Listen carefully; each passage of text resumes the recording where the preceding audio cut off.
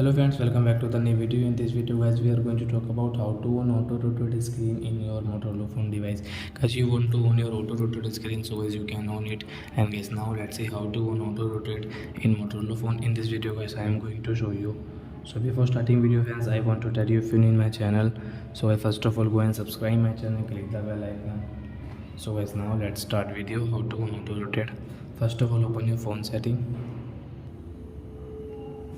Then guys, scroll and guys, you can see your display setting. So guys, tap here, guys, click on this advanced, and guys, you can see your auto rotate screen. So guys, you can on from here.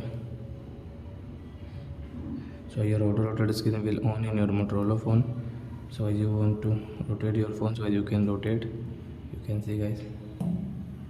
So you can use your auto rotate screen in your Motorola phone device.